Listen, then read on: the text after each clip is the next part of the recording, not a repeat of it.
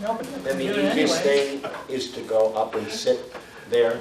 We've actually had people shut these If you don't mind, unmute, you can unmute it, or are you recording? Let me ask that.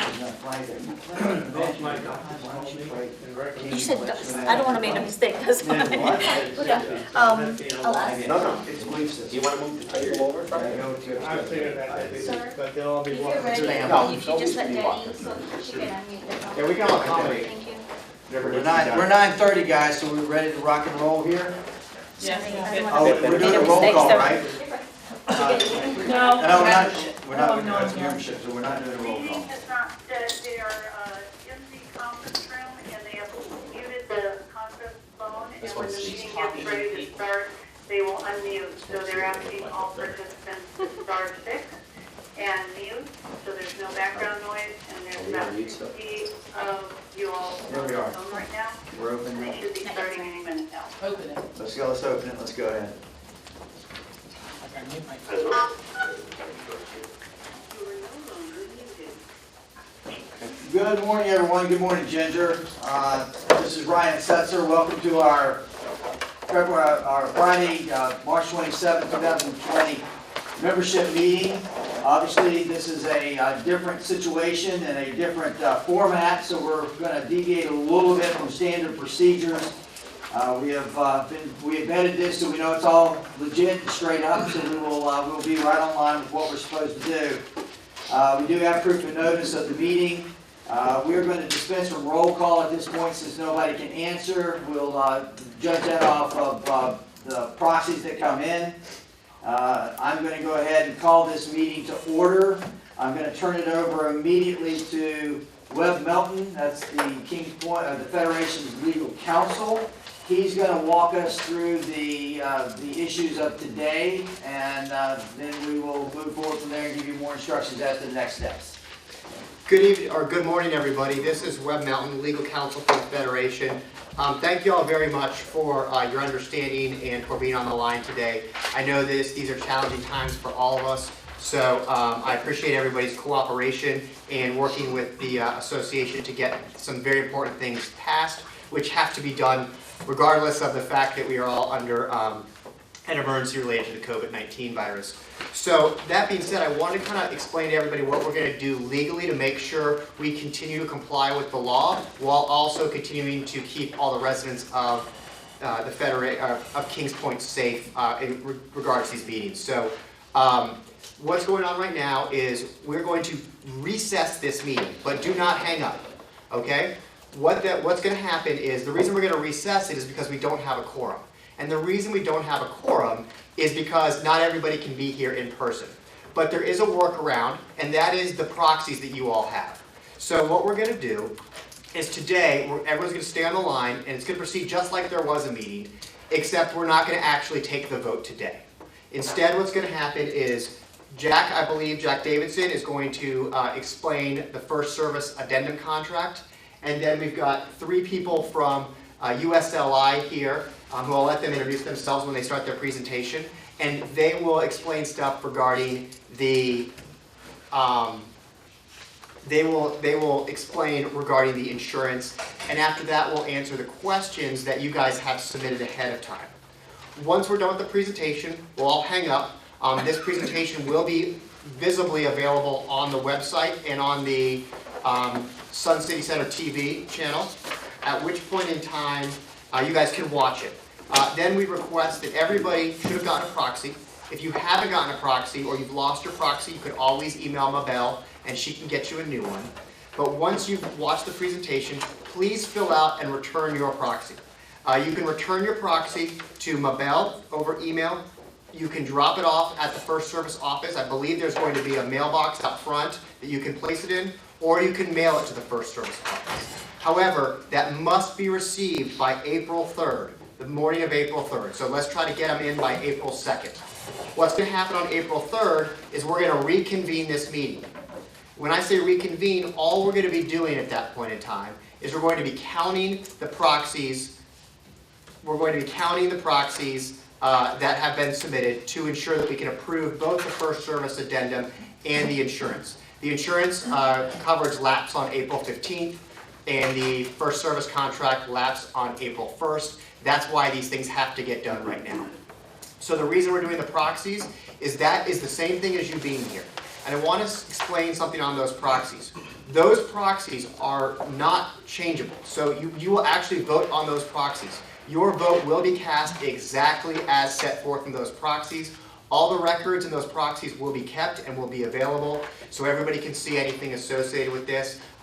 Everything will be as transparent as it always is and as possible, so anyone can go back and look at that to verify it. But it's really important that the Federation members all submit those proxies and get those back by April 2nd to the First Service Office so that we can go ahead and approve these things.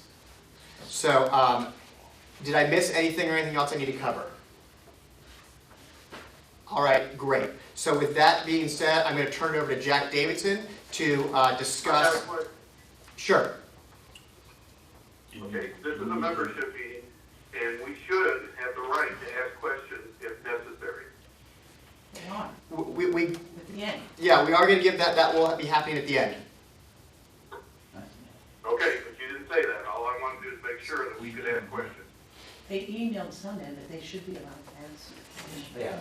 Yeah. So you will be able to ask questions. at the end of the Your presentation. this is Ryan, your patience will be appreciated. This is a strange situation and very hard to control relative to everybody getting in and asking questions on a teleconference like this. But we do have questions people submitted over email, so we'll answer those first. And if there's anything else that's outstanding or that needs to be clarified, yes, you'll have an opportunity to ask those questions. Just make sure Okay, that's all I wanted to make sure. if they're going to ask a question, they identify themselves and the association that they're with. Yeah. I hope, if everyone heard that, if you do need to ask a question, and hopefully questions are limited because of the challenges in handling that over the phone, but you'll need to state your name and the association that you're with when you ask that question. So, all right, with that being said, I'm going to turn it over to Jack Davidson.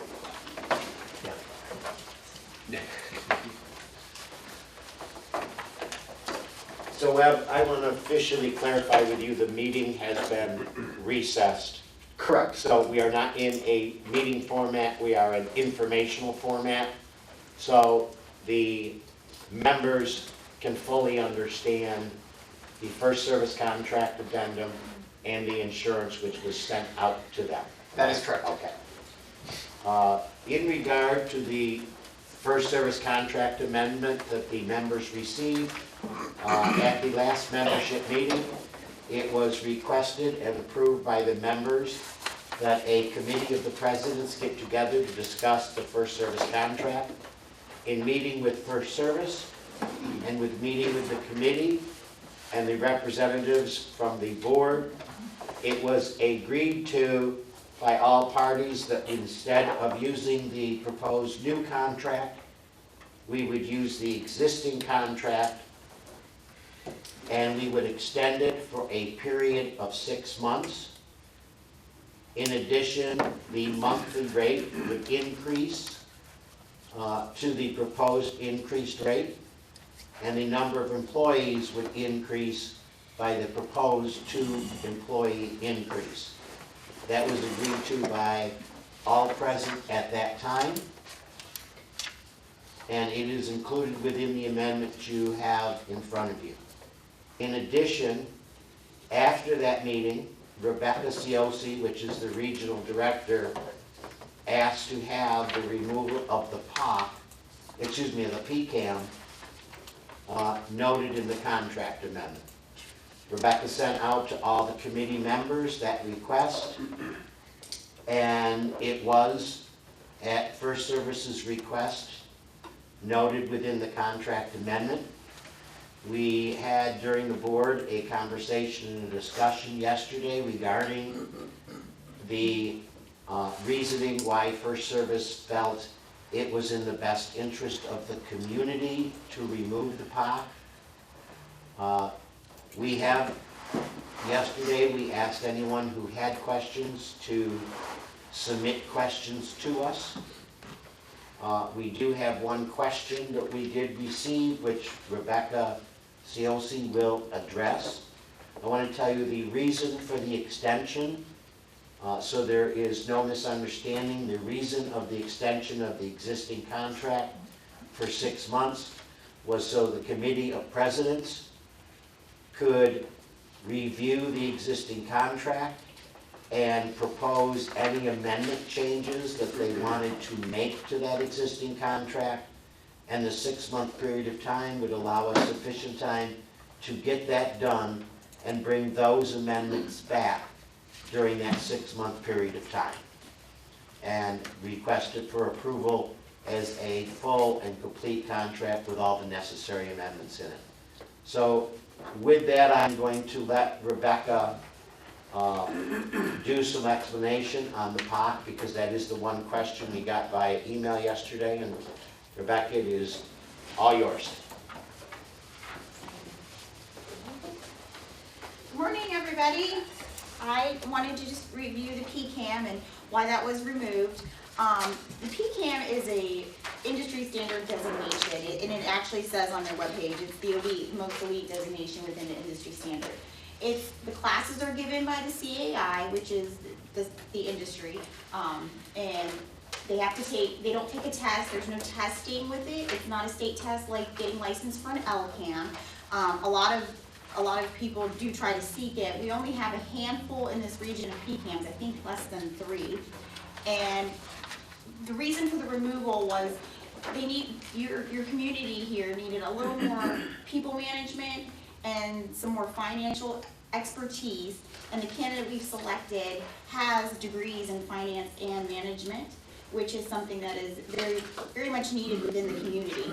And it's not something that, if he wants to get it down the road, obviously we would encourage that, and we can revisit this at the end of the extension in 6 months. But we did find that there was the lacking of the HR and the staff communication management within the office, and we really felt the candidate selected with his, secondary education of the finance and management degrees was the better person for the job rather than somebody with the PCAM at this time.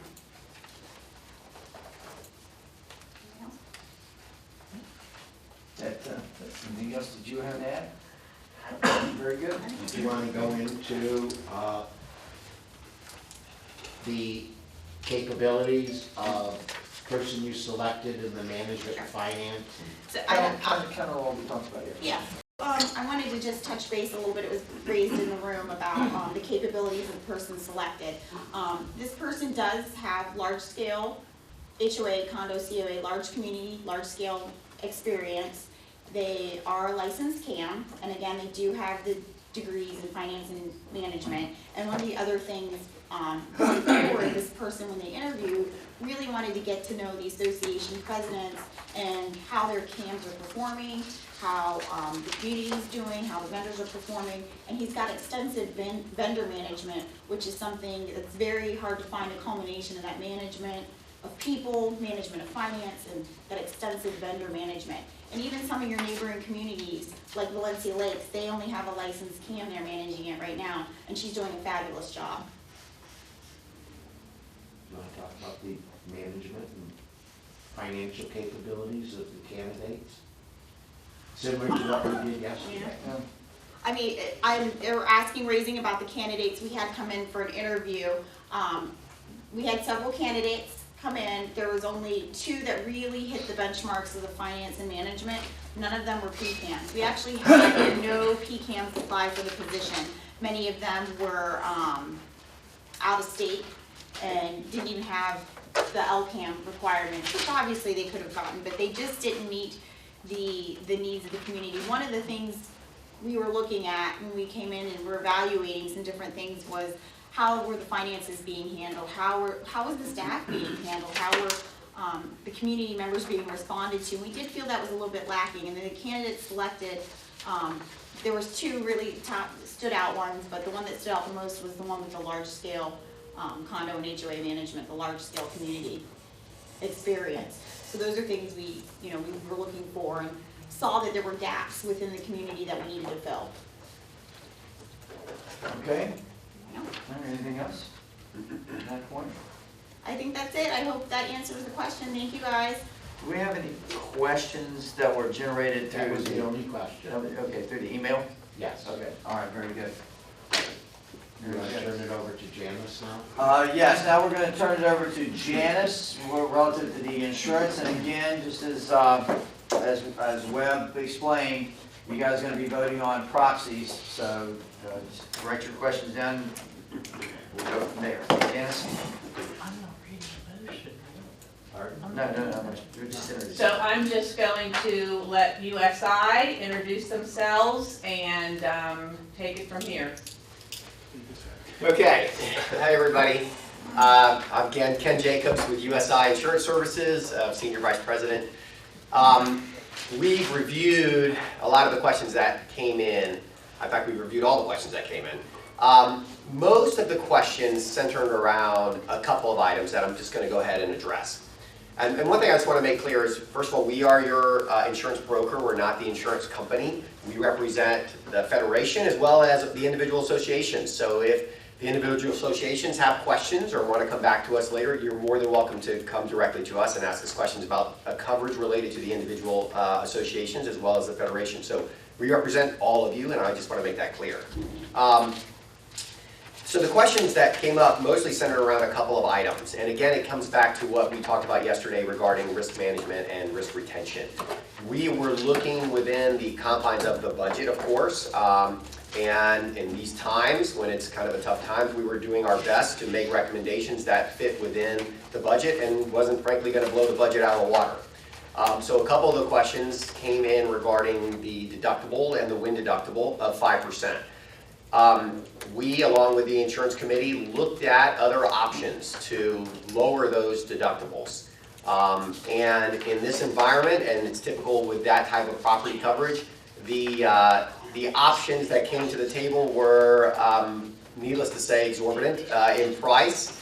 And so was way outside of what the budget was as well. And when you looked at the cost of that versus the cost to retain that risk, again, going to risk management versus risk retention and risk transfer, it was decided to retain that risk based on several factors, including the ability to handle assessments as well as individual building deductibles versus a overall 5% deductible, as well as the cost. So while we did look at several options for that, and we did make those recommendations and discussions, and we had those discussions with the committee, ultimately based on all of those factors, the decision was made to go with the 5% deductible. Okay, will you go over your entire presentation?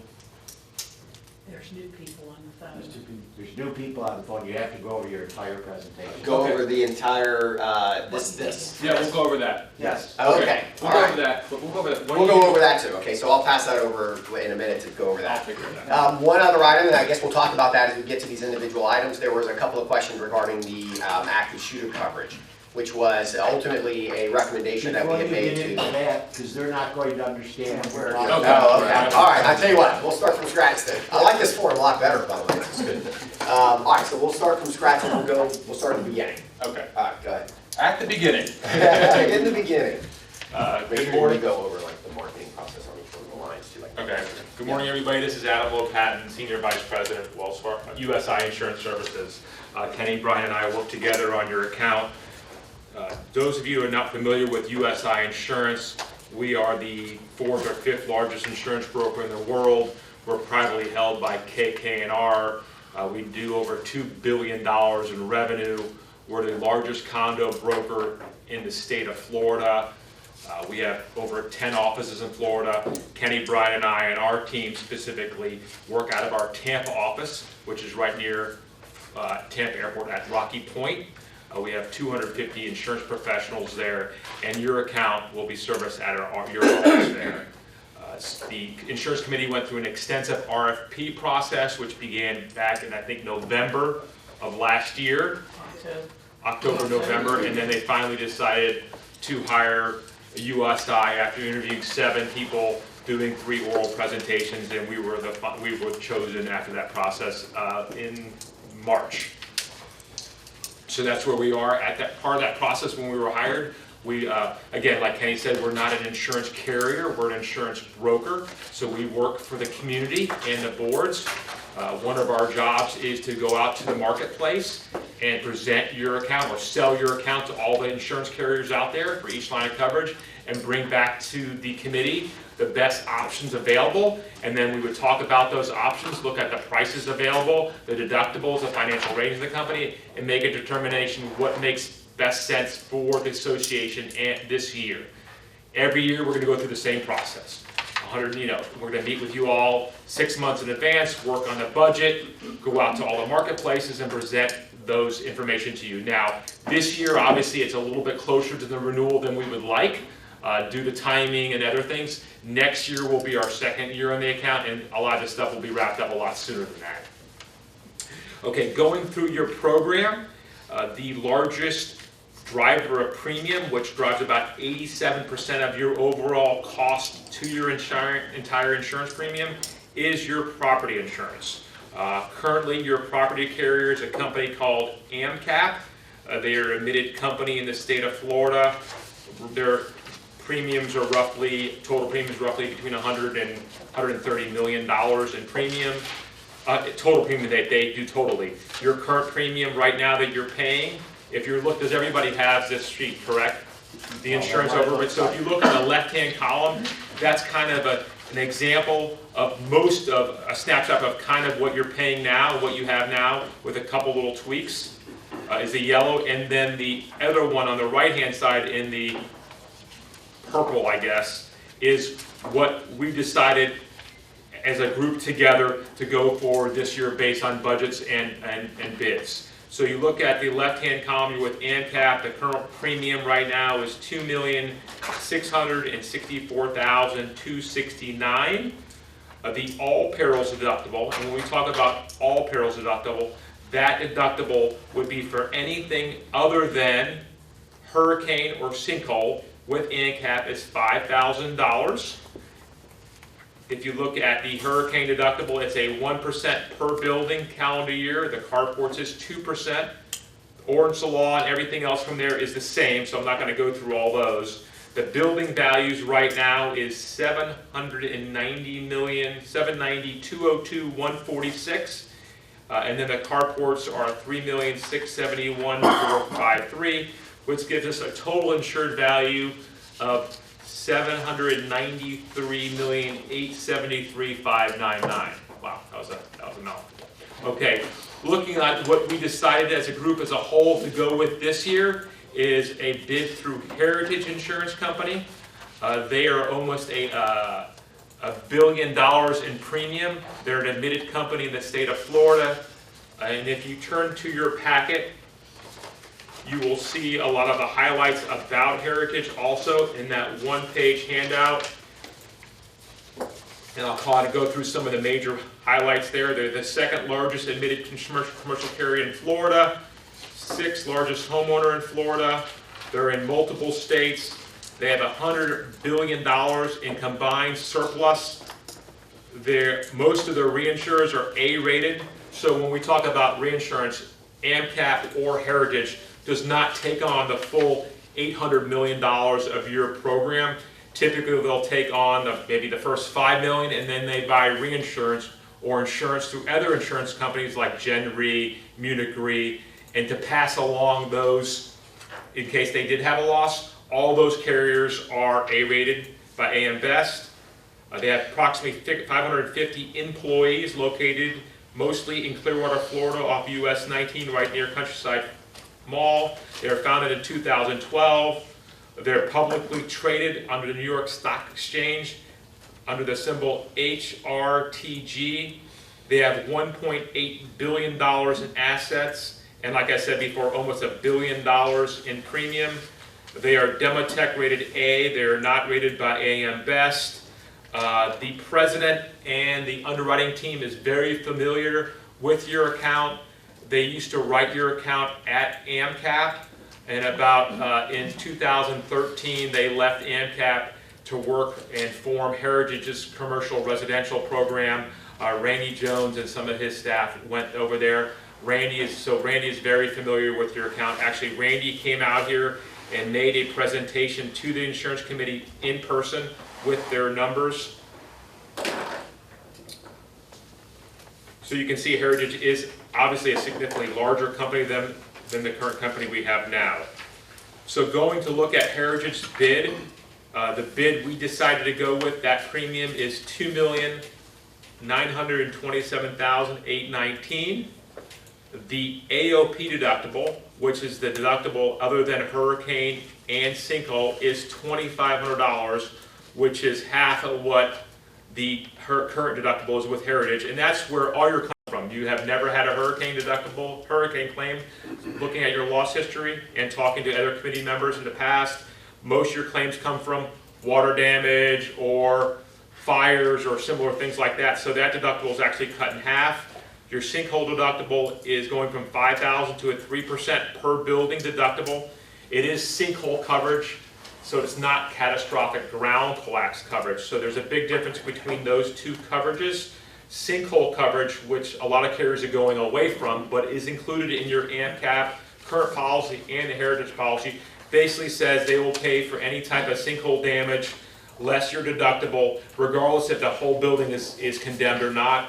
Catastrophic ground collapse coverage is a coverage a lot of the carriers are going to, and that coverage, basically, your building has to meet 5 criteria. One of those criteria being that the building must be condemned. So obviously that is a policy, what we don't want on our policies, we can avoid it, and we don't have that on the Heritage quote as well. You can see when you're looking at the building values, currently we have $790 million roughly in total insured value currently. That is increased this year to $805 million of insured value, roughly 2% over last year. And since we've had the appraisal, which is 3 years old this year, we've increased the values by 2% each year. So the values are 2% higher than last year, and we are waiting on an appraisal. As soon as we get that appraisal in, we will take a look at the values on that appraisal compared to what we have now. If the values go down, then we will endorse that to all the property policies, and your premium will go down by that percentage. If the values go up at the time of endorsement, your premiums will go up by that percentage at the time of the endorsement. The carports are included in the quote as well. They are subject to the 5% deductible as well. So you can see the major differences is in the premium comparison is the Heritage is a $2,500 deductible versus $5,000. The sinkhole is increased from a $5,000 to a 3%, and the hurricane deductible on the building is going from 1% to 5%, and the carports are going from 2% to 5%. Just to reiterate, we did look at lower deductibles, but again, based on risk management, looking at the budget and what those lower deductibles would do to the budget, the committee decided to go with the higher deductible this year. Now next year, we'll relook at it again. If the market is in a different place, rates are going down, we will look at all those deductible options again and decide if that deductible makes sense again, or go to lower deductibles. Like in the past, all condos do change deductibles depending on the budgets and premiums out there in the marketplace. Admitted carrier? Yeah, and both carriers are both admitted companies, protected by the Florida Insurance Guarantee Act. Currently, the limit is $100,000, so if you should have a loss due to a large hurricane, and that carrier should go insolvent, right now we have $100,000 per unit, or roughly $500 million of protection. Give or take, I know there's 5,700, but I'm just using 5,000 as a general number. That number is being increased to $200,000 per unit. So going forward, if a carrier that is on our property goes insolvent, we have $200,000 of protection by the state of Florida, or roughly over $1 billion. So in case we do have an insolvency issue with any of these carriers on the property, we'll have 100% protection by the state of Florida going forward.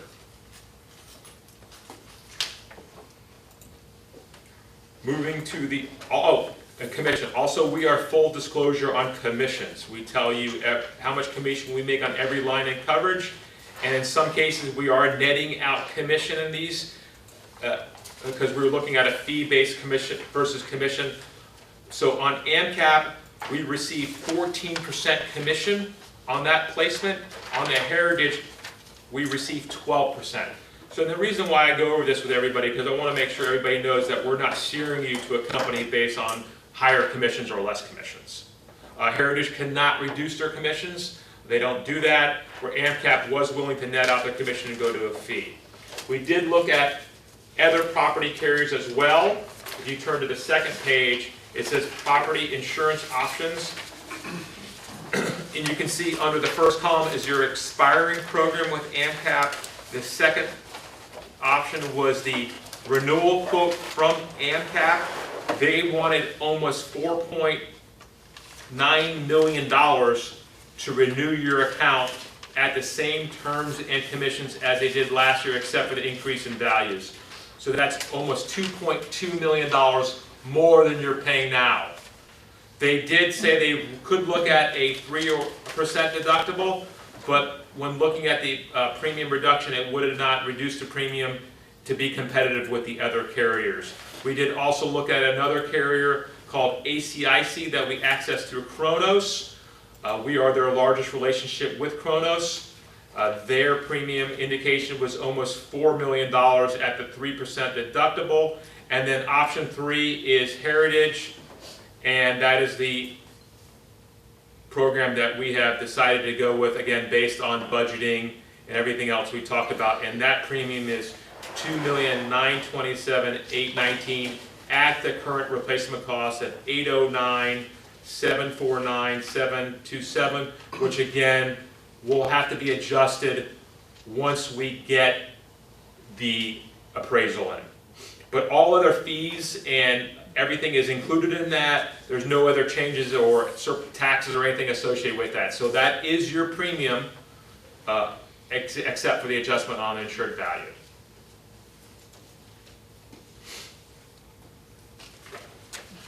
Anything else you guys want to touch on? Nope. Market conditions? Market conditions, yeah. So yes, so And other market, markets too, like layered property programs. so we did look at other programs as well through the surplus lines marketplace. Those would entail either layering programs together, carriers like Lloyd's of London on the first 10 million and building all the way up to your 800 million. And then we also looked at a quota share program, which certain carriers would take percentage of your building and put it all together. Neither one of those programs were competitive at this point, and they also would be with carriers that are not protected by the Florida Insurance Guarantee Act and typically not as stable from a premium standpoint as your admitted carrier. So at the end of the day, the admitted quote through Heritage made the most sense for all of us. And again, we revisit this every year. How many companies did you look at? By the way, yesterday, the only comment I got from somebody emailed in was, make sure that when we, from the audience, talk, identify yourself so they can know who's asking the question. So that is good. Dan, did you have some, what You did said you how have? many carriers did we look at? So we looked at, there's really only about 3 really admitted carriers that look at writing your account based on size and age of the buildings and location, AMCAP, Heritage, and ACIC. On the surplus lines marketplace, we've probably looked at 100 different companies to try to cobble together a layered program. And you do that through a wholesale broker. So we don't access those carriers directly. We have to hire an intermediary to do that, and like an AmWins and an RT Specialty, and they actually work with those carriers to cobble programs together. The intermediary we used is AmWins out of Atlanta, Georgia. They are the largest intermediary in the world. And actually, the costs are incurred if we had to go with that too, because they make commission too. So typically those surplus lines carriers pay out 17 to 20% commission. Then we would pay the intermediary 1/3 of that, and then we would keep 2/3 of that. So that's kind of the overall global look as we on the property side. It's a lot to condense in at 10 minutes, but we spent a lot of time on that. With the committee, looking at overall different deductibles, different carriers, different coverages, and this year, this is what we felt best made sense for the community from a coverage standpoint and from a premium standpoint. And from a budget. Obviously, we have a budget that was done last year, and we're trying to keep in our budget constraints. We didn't want to go over budget. And at the lower deductibles, if we did go with the lower deductibles, obviously we would have been significantly over budget. Should I? Well, Adam, do you have anything else to add? Ken, Brian? Did you want to touch on the rest of the? Yeah, I'm gonna touch on the other one, just a part of the property insurance. Because at the end, what we're gonna, just so everybody knows that's listening in, we did get a series of questions in here, and I think you guys got copies of them, so you can be prepared. We will start by reading those questions, identifying who sent them in, and you guys will answer those questions that came in through email first, and then we'll try to deal with what we can deal with. Perfect. On questions that come from there. Okay, thank you very much. The next line is your general liability coverage. That is your second, and we kind of did this try to do this in order of importance and premium size. The next is your general liability coverage. That is for bodily injury and property damage. Someone slips and falls, someone drowns in the pool, someone accuses of third-party property damage, say the roof leaks in their building. They notify the management company. The management company doesn't fix it. They notify them again, and then they say it leaks again and it damaged some of the property. Then they potentially sue us for their property damage. So that's where that comes into play. Your current carrier is Aspen Specialty. They are one of 4 carriers that we call best in class that write condos in Florida. The other 3 being Philadelphia, Westfield, and Auto Owners. Aspen, we did go to all those other 3 carriers along with the surplus lines market. Those other carriers would have needed significantly more premium than the premium that we negotiated at the end of the day with Aspen. Aspen is a surplus lines carrier though, but they are A-rated by AM Best. The premium that you're currently paying for them is $195,000 roughly last year. 15% commission is included in last year's premium. It provides $2 million of aggregate limit for each association, and it's $1 million per occurrence. So I just want to let you know that it's not a blanket policy covering all the it's a blanket policy covering all the associations under one policy, but the limits act as each one of you have your own separate liability policy. It's called a per aggregate or per location limit. The renewal that we negotiated through Aspen is $188,000 roughly, which is less than last year with the same coverages. We netted out all our commission on that placement, and they did add a $1,000 BI and PD deductible this year, or bodily injury or property deductible, which is not significant. In other cases, we've seen carriers add $15,000 to $25,000 deductibles to their policies as well. So we were very pleased with that negotiations as well. And again, we did go out to not only Auto Owners Philly and Westfield, but the entire surplus lines market as well. And their premiums would have been significantly higher with less coverage with more deductibles. The next is your crime coverage. That is through Hanover now. Your current limit now is $15 million. On the presentation, we used $10 million, and there's a couple reasons why we used $10 million versus the $15 million. One of them, we wasn't even sure that $15 million was the right number for you. We could have been higher or lower on that number. And 2, $10 million is a good starting point if we have to build above that to get higher limits. So that's why we used $10 million in comparison, because we didn't know the actual limit that you all needed. The Florida Statute 718.111 requires all condominium associations to carry a fidelity bond or crime policy equal to the maximum amount of cash and reserves that the communities would have at any one point during the 12 months. We didn't have that information at the time we put this together. After basically talking to Alan and Debbie, it looks like we're going to need to increase that to roughly $30 million. So that is going to be something that's going to have to be adjusted going forward. It's not a big ticket item, and we're going to increase that to $30 million. So the $15 million you had currently right now is not accurate, but we're going to move that to $30 million. The deductibles will probably remain the same, but we'll have to build on that. We'll probably have to get other carriers involved to build on top of that. So that's the only other item that's going to have to adjust it from a premium standpoint going forward. The next is your D&O policy. And again, yep. What's the commission on that? Oh, excuse me. The commission on that is 15%. They do not have the ability to net out the commission. The next is your D&O policy. And I think, I don't know, any agent reviews policies, we can nitpick things that we could be doing differently, or certain little minor exclusions, and Kenny, Brian, and I are not here going to do that. But one thing that we did find that was significant in your D&O policy that we were able to change is your current D&O carrier is Travelers Insurance. They're an admitted A-rated carrier. Their policy form is one of the best policy forms out there. Just to let you know, on D&O policies, every policy is different. It's not like a standard. What a D&O policy is, exactly. Explain what a D&O policy is. So a D&O policy is a directors and officers policy. It's not like a standard property policy where they use a lot of standard forms. Under your directors and officers policy, every company, CNA, Travelers, Hanover, they all have different policy forms. Some are broader than others, some give coverage back that others don't. So we kind of have it, as your insurance professionals, we have to navigate through that to figure out what policy provides the most coverage with the least amount of exclusions that could be obtrusive. Travelers is one of those best-in-class carriers. But when we reviewed your policy, keep in mind that policy covers the Federation and all the 113 associations. So it's a giant policy that covers all 114 associations. There was an insured versus insured exclusion on that policy, which is a major issue for you.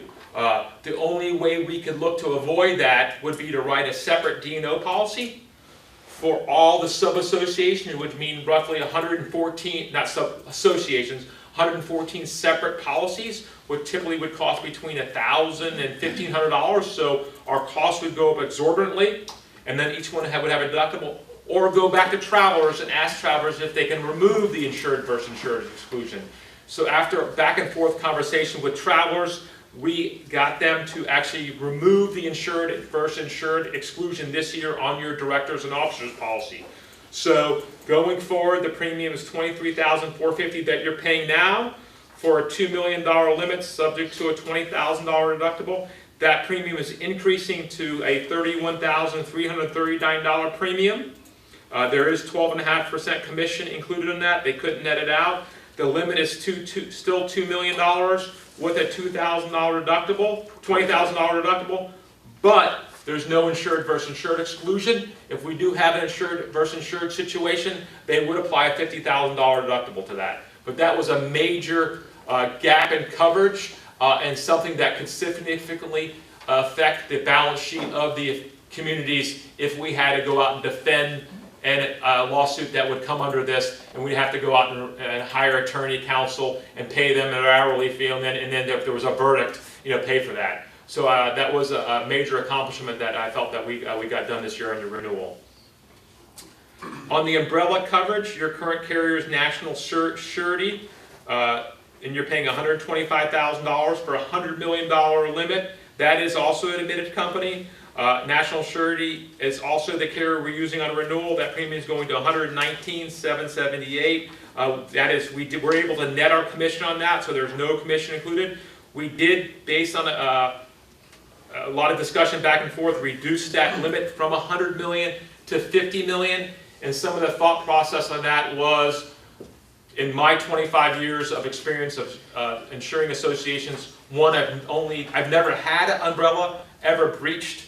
And I've only heard of one that was breached, and that was due to a situation in an HOA where a snake bit somebody and her leg became infected, and they had to amputate her leg, and then she ended up suing the association and the management company, and then they getting up a $3 million verdict. That's the only one I've ever heard of. So based on that and other back and forth and budget restraints, we decided to reduce the umbrella from $100 million to $50 million. And again, this happens a lot. As we're moving from, we've been in a soft marketplace for the last, since 2008, so rates have been coming down, deductibles have been coming down. So as those happen, when we're under budget, sometimes we increase coverages. We may have had a $50 million, we say, you know what, it's cheaper, so let's buy a $100 million umbrella. You know what, we may have been at a 5% hurricane deductible back in 2008, but at premiums to come down, we can still be within our budget and go with lower deductibles. So again, every year the insurance committee, along with their risk management broker, reviews everything and decides based on our budget and based on exposures, the likelihood of things happening, we make those decisions as a group. So one of the decisions we decided to do this year was reduce the umbrella from 100 million to 50 million. We did look at quote at 100 million, but again, we decided to look at the $50 million umbrella. The next is the workers' comp. Again, on commission, you had 0, but Alan Hahn, the commission, you took 0 commission on that. Correct. Their normal commission, and last year their commission. So the current broker was making 15% commission, we're taking 0 commission on that. And along with the general liability, at the $195,000 premium, your former broker was making 15% commission, we're making 0 on that. On the workers' comp, just to let you know that we have a separate work comp policy for each association and the federation. That policy costs $630 annually. We understand that the federation and all the communities do not have employees. This policy is in place for 2 reasons. One, if we should hire a contractor that does not have workers' comp by either falsifying a certificate or providing us, or let their coverages lapse, and one of their employees should get hurt on the job, and they go to their attorney, and their attorney decides to sue either one of the associations or the federation for work comp benefits, this would pick up coverage for that. Or if we have a volunteer that gets injured, why maybe putting a Christmas tree up or something like that happens, or maybe he's doing something on community time and they sue the association or the federation, that would pick that up as well. So it's $630, there's 114 policies. We understand that you don't have any employees, but that's to pick up those 2 gaps in coverage. And there is 15% commission in that, and that cannot be reduced. The next is the cyber liability coverage. They are the Landmark and Indian Harbor on your current placement. Landmark covers the first $3 million a limit. Indian Harbor covers the next $2 million. So there's a total limit of $5 million of limit, subject to a $5,000 deductible. There is 12.5% commission from the current agent. Our renewal includes 0 commission, and Landmark's on the first $3 million, and Scottsdale's on the second excess $2 million. So we did change from Indian Harbor to Scottsdale. Both those carriers are surplus lines carriers as well, and there's no commission on either one of those placements. And then moving down to active shooter. So currently we have right now, which we just added last year, we've never had it before. Last year was the first year we added it, was a policy to cover active shooter. That annual premium, Indian Harbor is a surplus lines carrier, that active premium is $8,591 for $5 million of limit. $2 million limit. I'm sorry, you're right. $5 million a limit. Sorry. You say one thing and it's wrong. Sorry, that's why we don't let them talk too much. No, I'm just teasing. The next one, we as a group, that's Brian Bird. As a, yes. I have a question, Noreen Ricketts. On the active shooter, that policy, can you tell me, or tell the audience exactly what that active shooter policy covered? What did it do? Yeah, great question. So as a whole, when we talked about the active shooter coverage and what it covered, we decided, when putting our risk management hat on, looking at our budget constraints, we decided that was one coverage that we were not going to purchase this year, and I'm going to kind of let Kenny talk about that. Yeah, so first of all, we recognize the premium isn't much, right? It's what, $8,000. I mean, at least in the scheme of things, that's not a lot, right? However, you can death by 1,000 cuts when it comes to risk management, right? We could over insure you to death if you wanted to pay for it. So we always look at all the little things too. We look at everything.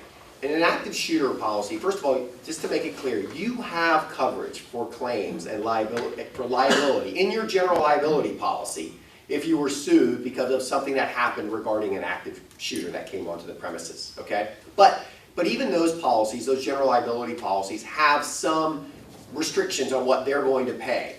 So a lot of employers, in fact, this policy is used mostly for large employers that have a duty to provide a safe workplace, which you're not in that same environment, right? But if an active shooter comes in, that employer could be held a lot more liable, right? Because they were supposed to provide a safe workplace. So not only do they have some larger amount of liability than you would have, let's say, for this coverage. There's also other coverages like psychiatric resources, you know, coverages for reparations and things like that for psychologists and for repairing their reputation and things like that, costs that go into that, really what we call more first dollar costs that would go into what that policy would cover. We also identified that the Federation really isn't responsible for the larger venues here where this kind of an activity might occur, let's say like the theater or some of the other venues. And as a result of that, you take a look at the benefit of the coverage and what it actually covers versus what's already covered in your general liability policies.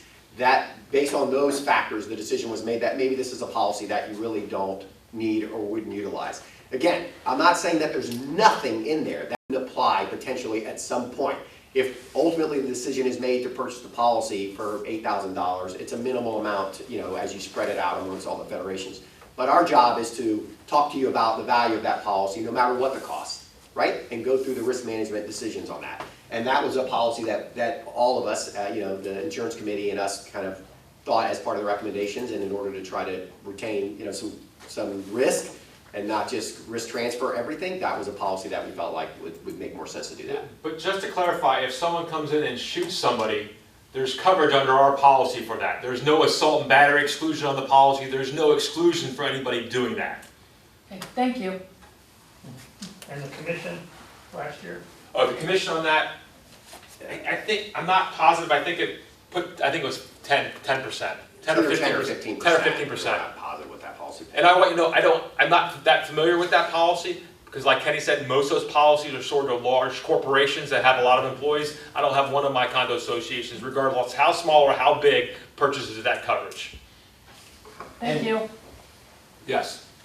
Jack Davidson, just to clarify, the recreational facilities, which include the North Club, the South Club, the 2020 building, the property they own, they have their own insurance policy to cover anything that occurs within their buildings. Mm-hmm. So if there was an active shooter in the theater or in the banquet room or the card room or down at the pool of the South Club, those would fall under the land trust insurance policy, which is not a part of this overall policy that covers the 113 associations in Kings Point. Correct, and hopefully, Jack, that land trust policy and the policy for the Master Association has the Federation and the other associations named as additional insurers on their policy, so their policy would be primary, hopefully. Okay, the final policy that we, as a group, decided not to purchase is a policy called legal defense coverage. It's a newer coverage out there. It came out about a year or two ago. The carrier is Atlantic Mutual. They're a non-A-rated company, and the premium for that is $55,991, and the other agent made 20% commission on that. We are not going with that policy going forward. That policy is primarily used by agents on the East Coast, because at the East Coast, Miami-Dade, Broward, and Palm Beach are much more litigious areas of Florida than we are over here in the west coast of Florida, and a lot of condo associations have a lot of claims over there, and they cannot buy policies through Aspen or Westfield or Auto Owners Affiliates, so they have to buy policies through carriers that have a lot of exclusions on them, like assault and battery, or they'll have an animal exclusion on the policy, or they'll have a abuse and molestation exclusion on there, or they'll have an exclusion that says if all the life safety equipment around the pool is not Coast Guard or Red Cross approved, they're not going to, and someone drowns in the pool, there's no coverage. So those policies are not as broad as the policies have over here. So they buy this policy, and what this policy does, it only provides defense coverage. So what it says is the association or the board is sued, and that the lawsuit is not covered by those policies, this company will provide defense costs only. But if that lawyer that they hire for you loses the case, and say they lose a $3 million verdict, you still have to pay the verdict. So, as discussing it with the insurance committee, one, we feel very confident in the policy we have here. They do have exclusions, but they're not unusual exclusions. And if we were sued by something that was not covered, we'd rather hire our own attorney and pay for it then let someone else have an attorney hired for us, and then if we lose, come out of pocket. So that was the decision made on that coverage as well. And that coverage was added last year too. That was the first year we've had that. So the two coverages that were added last year, the active shooter and legal defense coverage, are based on everything we talked about in committee. We're not going forward to this year, which was the active shooter and the legal defense. What was the commission on the active shooter? The commission on the active shooter was 20%. And then what? And then the one other thing is also, and I didn't touch on it yesterday, but I wanted to touch on this today, is all these carriers require payment in full. They don't offer payment plans. So like if you have your homeowner's coverage through CNA, and CNA offers, payment plans, you can pay it 4 times a year with no penalty. These carriers either require payment in full or we have to finance it. So every year we finance it through a finance company. And I just want you to know, and there is revenue for the insurance broker for revenue. So I just want you to know, we are financing it this year. We have a finance contract already put together. That rate is 2.64%. The finance charge is $41,000 roughly. USI is not making any money on that finance contract. We took out all our revenue or profit from that. Just to let you know, last year you paid $59,000 for that finance contract. So we're saving we're saving more than the 18, but year over year we're saving the Federation and all the associations $18,000 by removing any compensation for USI. But think about that, your premiums went up about a couple $100,000, it went up this year too. So if we would have included our revenue, it would have been a bigger, if you didn't make the switch, it would have been a bigger savings than it would have been. So I didn't talk about that yesterday, but I just wanted, that's another additional savings that all the other communities will receive. So in this, I think there was a question that in the commissions that we're reducing on certain lines of coverage and the finance, everybody will receive that savings. It's not just it's a savings that will be spread equally among everybody. In closing, there's one other thing is, yep, go ahead, Jack. Before you close, Jack Davidson. If you took the amount of commissions that you netted out of the policies. Right. And the payments that you are eliminating for the financing of the payment of these. Right. How much would those amount to for eliminating of commissions? Or? It's probably 300 something. Elimination, it would have been 7 something, now it's 4 something. Can we do that math? If you said roughly 300 something. Roughly $300,000. That you basically have removed, that you are not making money. No, that's not right. Removed, no. Not removed. Oh. You said there was a net of commissions. Yeah, I'll have to. How much would those commissions roughly be? 15% on the income alone. Well, like, would you count the 2% from on the property insurance? The fact that we're going from 14 to 12? Or AMCAP would have been your decision probably, because Heritage wouldn't have been at the table. As That's where the biggest you were difference going is. over the presentation, you said minus the net of commissions. Right. This is the premium. Right. How much is that value of that net of the commission? That net plus the finance contract, I'd call it roughly 50 or 60,000 of the pure net. Okay, so you have basically taken out of the money you would have earned by offering us this policy.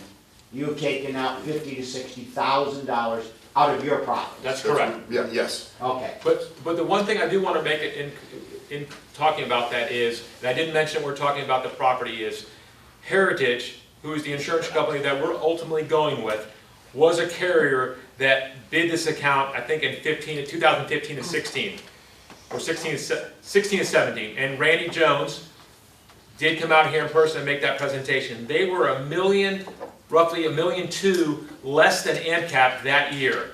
A decision was made to go back to AMCAP. AMCAP reduced their premium by $1.2 million, and at that time the Federation decided to stay with Heritage. AMCAP. Stay with AMCAP. When we were hired as your insurance professional, and we had a conference call with everybody at AMCAP, and we knew they said that they have to get this increase of premium or they're going to walk away from the account. The first call I made to was Heritage, Randy Jones, and Randy told me that the reason they have not provided a quote for the Federation since him being out here in 2016 is because he would never quote the account again from the former insurance professional. but he would be willing to quote it since we are now your insurance professional and based on a relationship. So I want to let you know that the quote from Heritage would not have been available to the Federation if you would have remained with the same professional. So if you look at that, what you would have paid with AMCAP at the end of the day versus what we came in with Heritage, we're talking millions of dollars of savings, not hundreds of thousands of dollars of savings. And actually, Randy Jones did meet with the committee, and he said that to them in person, so I want you to know that's just not coming from me. Dan Hector, Speak up a little bit. if we had retained our prior agent, how much would his commissions be in the current year, and what are your total commissions for this current year? Why are you going? It would have been like 750. Yeah, I mean, this is a very rough estimate, so the best estimate I could give you is, had you stayed with AMCAP, which might have been your option, and the commissions in the other, and again, I'll get you an exact number as far as what it might have been, but I would say roughly 750 would be what full commissions would be on the program if it was at full commission and With included AMCAP. and included AMCAP. And now with Heritage and with our, reducing commissions and taking net commissions on all the lines of coverage that we could, actually, I think ours is around 375. So it would, you could be, again, that's some conjecture, right? We're not sure you would have ended up with AMCAP or whatever, but had you been with AMCAP at renewal and those other things, that's about the difference. Yeah, we're done. All right, you want to entertain any questions? Yeah, is there any other questions, insurance committee, and then we'll go to the questions. Okay. Well, just before Janice starts, we did get some questions on emails from yesterday, a number of them. Some of them are actually rather lengthy. Janice is going to read those. She'll identify who sent them in, what association, and then the insurance team will answer those questions for you. Okay, the first one is Jim Smith, president of Lyndhurst. If an association hires a contract to perform work for the association, knowing that the contractor does not have workman's compensation and/or a license, does the workman's compensation under the Federation's master insurance policy cover this contractor? So great question. First of all, I just want to clarify again. Each association and the Federation has their own separate, if any, work comp policy. The cost is $630. If an association or the Federation knowingly hires a contractor that does not have workers' comp, and that contractor gets injured and sues the association, there would be no coverage under that if any workers' comp policy. It's only when you would hire somebody unknowingly.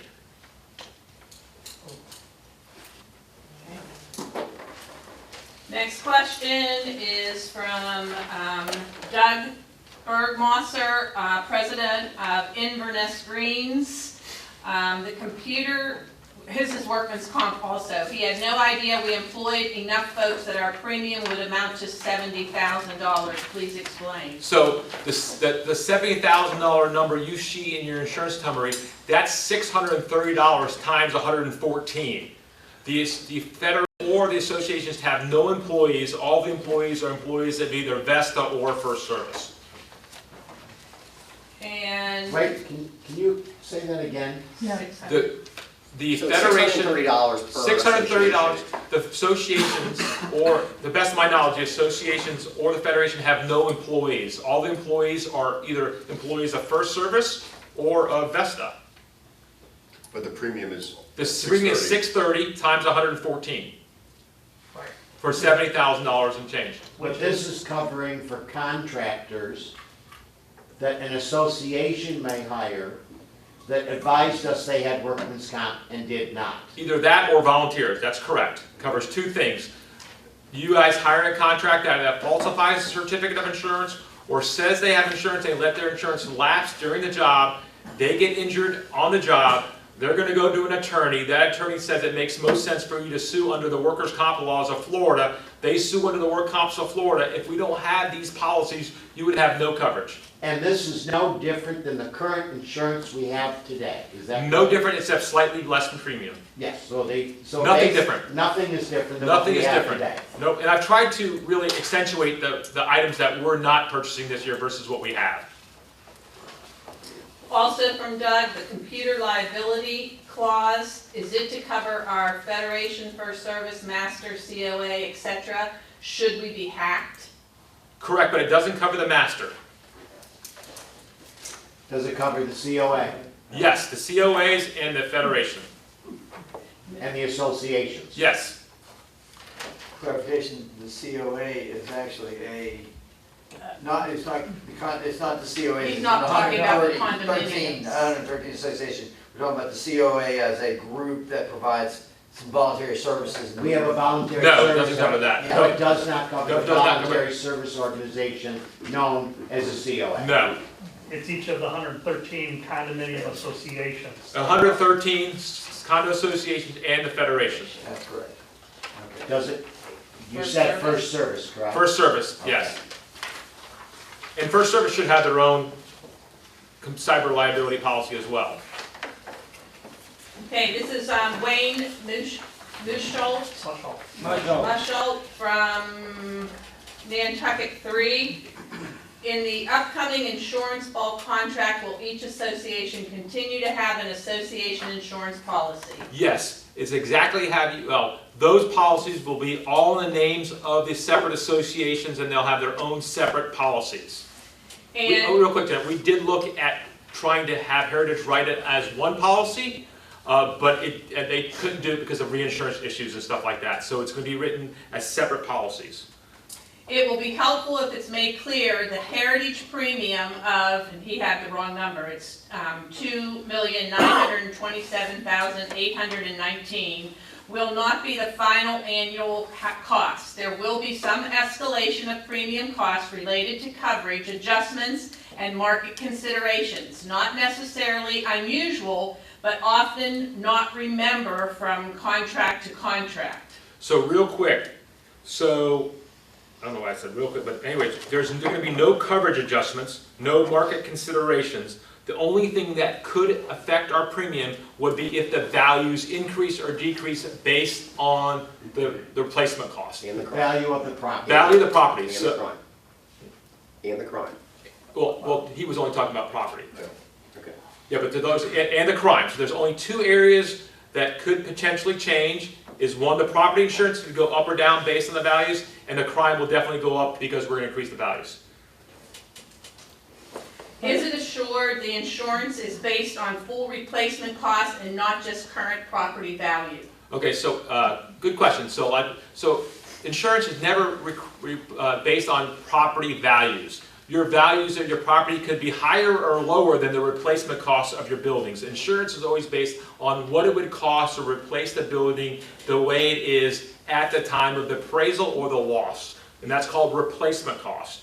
The current replacement cost on the policy is based on the appraisal you had done 3 years ago, plus a 2% inflation guard. That's what the values are.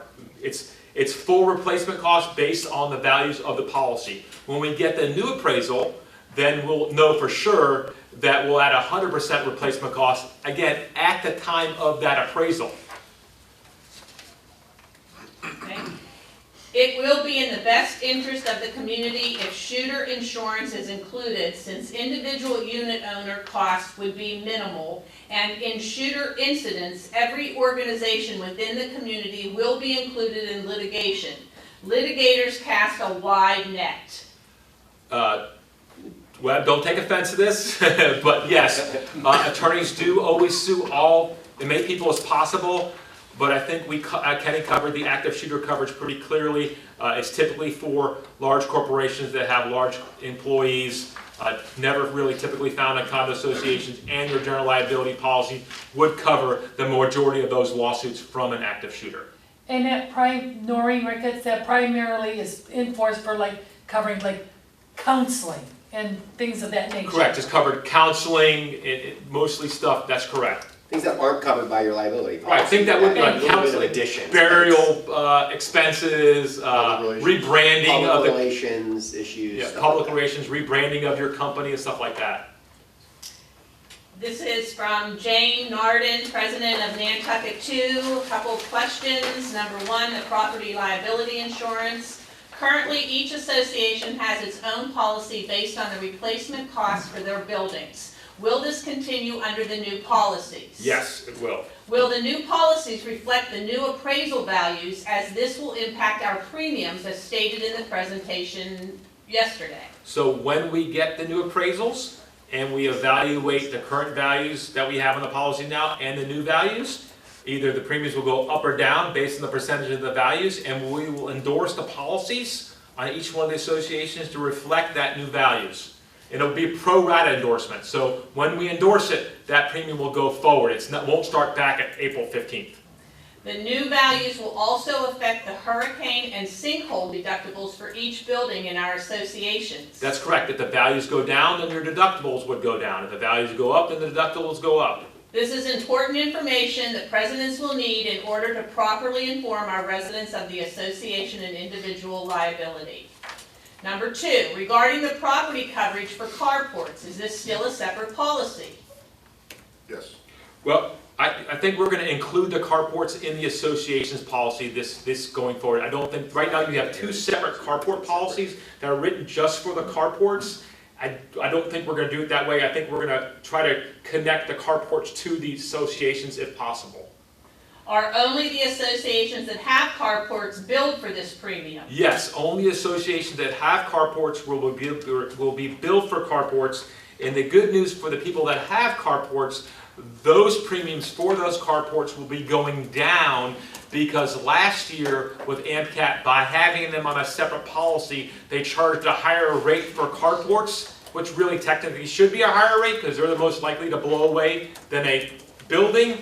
But the good news is Heritage didn't want to do the carports, but we got them to do the carports, and we got them to do the carports at the same rate as the buildings, and that building rate is less than your carport rate that you're paying now. So the good news for the people that have carports, that are paying for carports, those rates for your carports will be going down. Okay. Can you just clarify one thing, because we're talking about increase in value. Yes. From last year to this year, we have already reflected an increase in value. We just don't know if it's been increased by a greater degree, or it possibly could have decreased in value from last year. So, yeah, so that's correct. So, Jack, currently their total insured value is $793,873,599. That's the value we have now. That value has already been increased on all these quotes by 2% roughly, or $809,749,727. So we've already increased that value 2%. The values have been increased 6% since we got the original appraisal. So we have already been increased, and they've been increased every year by 2%. So we're not. So even just let you know, even if the property premiums were the same, you say the rate was exactly the same as we paid last year, your premiums would have gone up 2% because we're insuring a higher value, and so the premiums would have gone up 2%. Alan Hahn, again, just to clarify, I think Wayne Muchhold's question on the maximum value. So if a house, use the full amount, say one association, the value is $5 million. And that's what the value is, and that's what the policy is. Now, it's level to replace it, it actually costs $6 million. Will the insurance pay $6 million, or will they cap it at the insured value of $5 million? So your current policy in this policy will respond exactly the same way. They're not blanket policies, they're not blanket limits, it's scheduled limits. So the scheduled limit that you have for each building is the maximum limit that policy will pay. So if your building is insured for $300,000 and it gets burnt to the ground, the carrier is only going to pay $300,000. They're never going to pay more than the limit of the liability. The same with AMCAT. Both policies will respond exactly the same way. And that's why Florida law requires you to have an appraisal every 3 years and insure to 100% of that appraisal. And that's why most carriers like AMCAP and Heritage have a 2% inflation guard to make sure, even if you don't get an appraisal every 3 years, they're increasing the values by 2%. But there is no difference in the this year's policy versus last year's policy from that expected, exactly the same. Matter of fact, there's no differences in the policies at all, except the AOP deductible is $2,500 versus $5,000. And the sinkhole deductible is 3% versus $5,000, and the hurricane deductible is different. That's it. There's no other differences in the policies. All right, next is Ray Hunsacker, and he is actually writing on behalf of the director, he's a director of Andover F, and writing in regards to the president, Dinah Allison.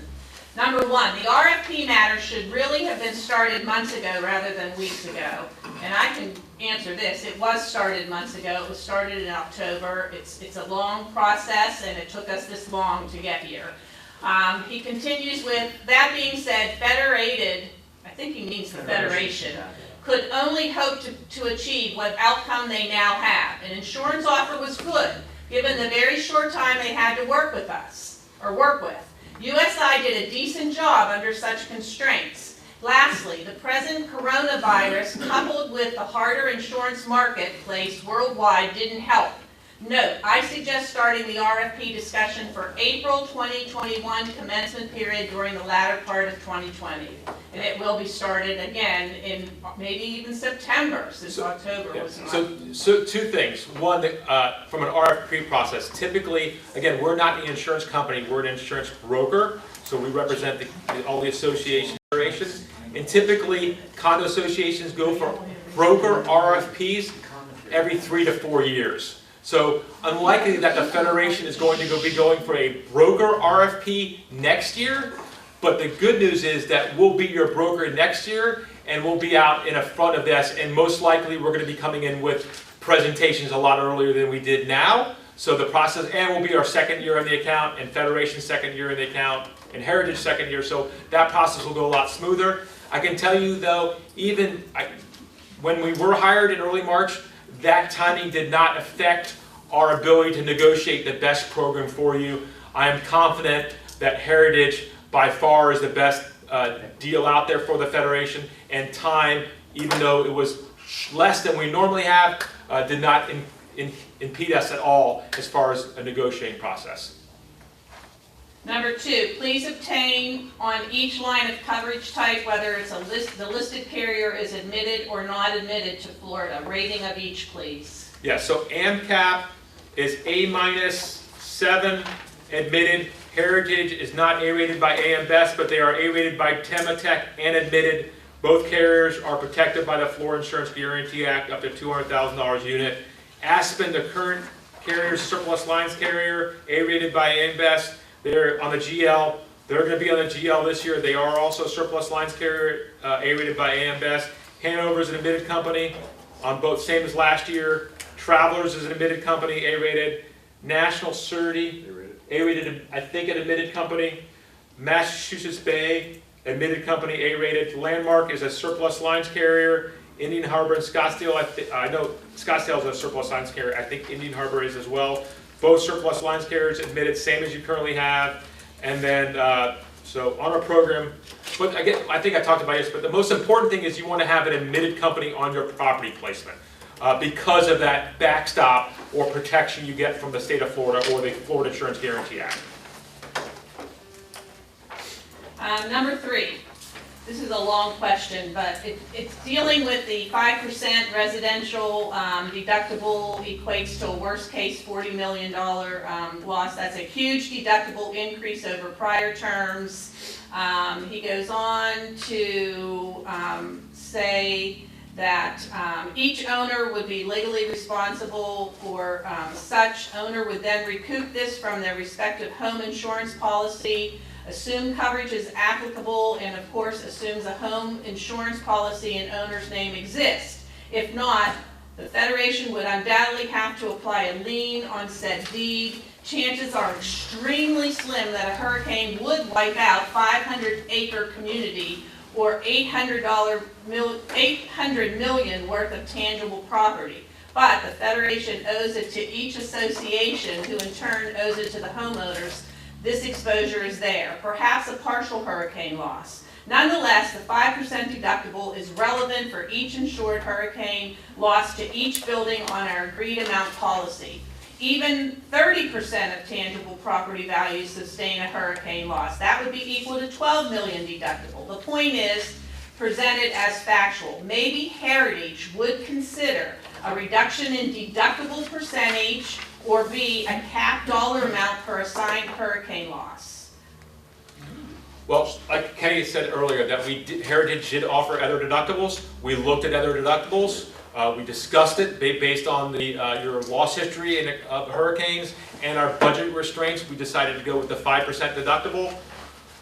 And there is a cap on the policy. It's a calendar year deductible, so the maximum that you would ever have to pay it would be that 5%. It's a calendar year deductible. And that's per building, per policy. So because they're all separate policies, so if one association gets hit by a deductible and they meet that deductible, and then we get hit by another hurricane, they would not have another deductible post hurricane. And Heritage can't adjust that midterm. Well, I don't. Number 4, consider obtaining certificate of homeowner insurance from each homeowner. This should illustrate whether loss assessment coverage is available and what amount. Sound risk management procedure. Unaware if this idea can legally be done. Again, worth trying. That's going to require amendment of probably each association's individual documents. So I don't think that's something that's, I mean, it's feasible, but it's going to be a lot of work to have that requirement. That's from Webb Mountain. That's Webb Mountain, the attorney. About 5 or 7 years ago, the state of Florida did pass a law into 718.11 requiring homeowners to show proof of insurance and requiring them to have homeowners insurance. And then they got a lot of pushback from a lot of communities, so they took that out. Much to, this is Webb Mountain, the attorney, much to my dismay. I'm very disappointed in the state. Yeah, ours as well. Number 5, it was noted that the active shooter and legal defense coverage were dropped by the board of directors. With that understanding, the premium comparison coverage type to coverage type only should then be actually $3,122,172 versus $3,378,379. Yeah, I think we already addressed that.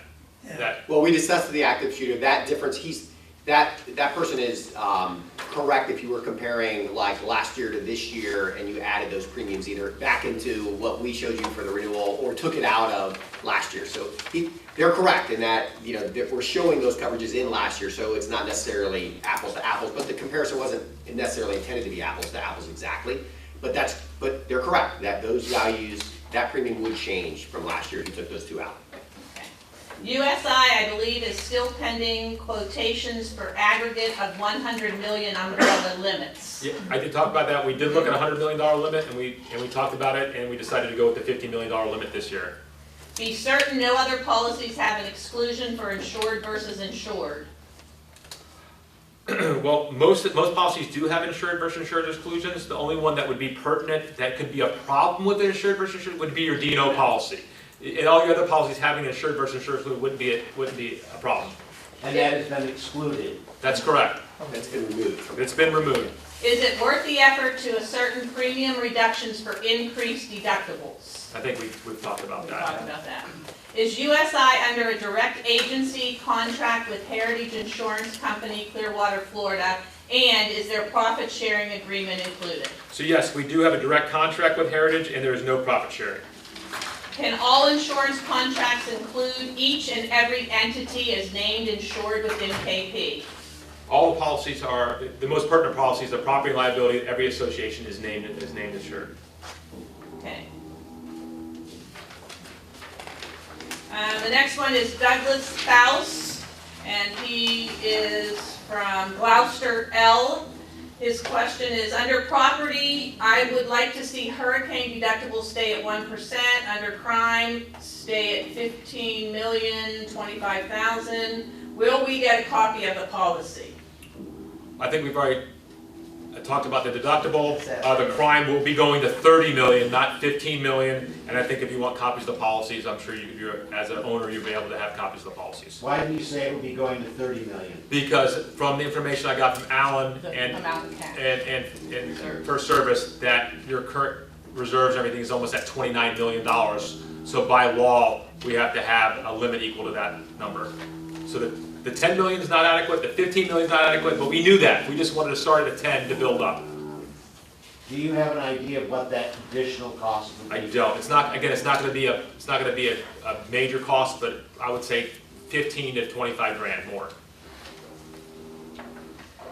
Susan Raba from Manchester 2. Discuss reduced premium versus high deductible trade-off. Does this mean that associations will pay a much larger deductible in case of an incident? Does this mean a larger financial burden that will fall on the associations? Please explain in simple terms. Yes. So again, that's, so the percentage deductible is a percent per building. So yes, you had a 1, you're going to a 5, and I think we've talked about that over and over again. Due to the current insurance marketplace, due to our budget constraints, this year the board, the committee decided to go with a higher deductible. Does the master Wait, Alan Hahn, but you're only talking again about the hurricane and sinkhole. All other losses and claims, I think, was hers specifically about that? No, Correct. just if an The other ones are incident. either less or Yeah, less. so most of our incidents, 100% of your incidents in the past 15 years based on your loss information have been other than hurricanes, water damage, fires. So your deductible is going to be cut in half. It's going from a $5,000 deductible to a $2,500. So So there's no more loss. nope. Does the Master Association have its own policy for insurance coverage, or is the Master included in this insurance proposal? I have no idea. included. Not included. Referencing Dan's comment at a prior insurance meeting stating a 50% saving in commissions we get back, can we explain the we? Who gets the savings, and would the community be made aware of it? I think we just discussed all that already. Everybody's going to get the savings equally that we've netted out our commission on those lines of coverage that we could. There is no active shooter coverage included. Does Vesta carry its own policy for all the buildings under the management of Vesta? You'd have to ask this. Yeah. I don't know. Can't answer that. Yes, that's it. First Service Residential Candidate Interview. Reference was made that coverage should be with the master for active shooter. Why all the separation of coverage? Aren't we all Kings Point? It's not for us to discuss. That's why I skipped it. First Service, I That's don't not know which. insurance. Yeah, that's First Talking about the Service. PCAM, I think. You can answer that. What, was this the question that you did already? What qualifications does the Yes. board members have to I conduct the think interview? that's already been asked. Okay, that was already. asked and answered by asked and Rebecca. answered. All right, then she just has observations in her opinion. The next one is Eileen Pico, President of Kensington Association. Given the presentation and materials distributed in the special board meeting on 3/26, it appears substantially more financial risk has been shifted to the individual associations. Rather than covered in insurance policies presented, example, hurricane deductible increased to 5%, elimination of other coverages.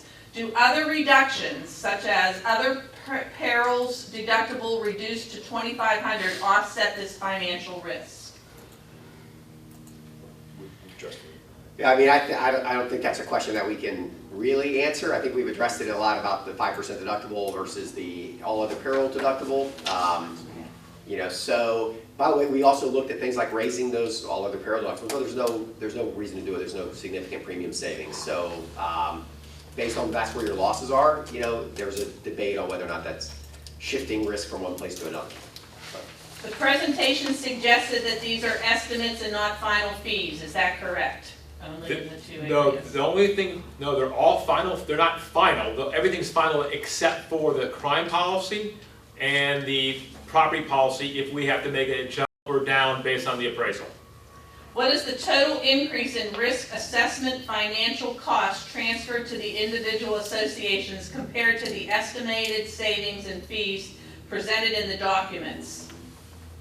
Is this assumed savings and fees sufficient to offset the financial risk transferred to each association? I think the insurance committee felt it was. Yeah. Was this increased financial risk contemplated by the Federation Board when the member associations' budgets were developed in November 2019? I don't know. Yeah, we don't know. I don't know that.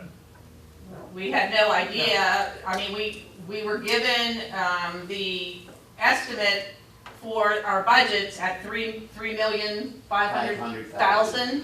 So that is what we were going on, but no, we had no idea that it was going to turn into a hard market, that that things were going to start changing. And I think when insurance brokers and professionals are asked to give estimates in September or August of last year, the market was hardening. It wasn't as hard as it is now. So again, it's just an estimate. We don't know what's going to happen, so that's so far in advance. But we were working within a budget. That's what we tried to do, work with a budget and try to create a program that best meets your needs based on your loss history.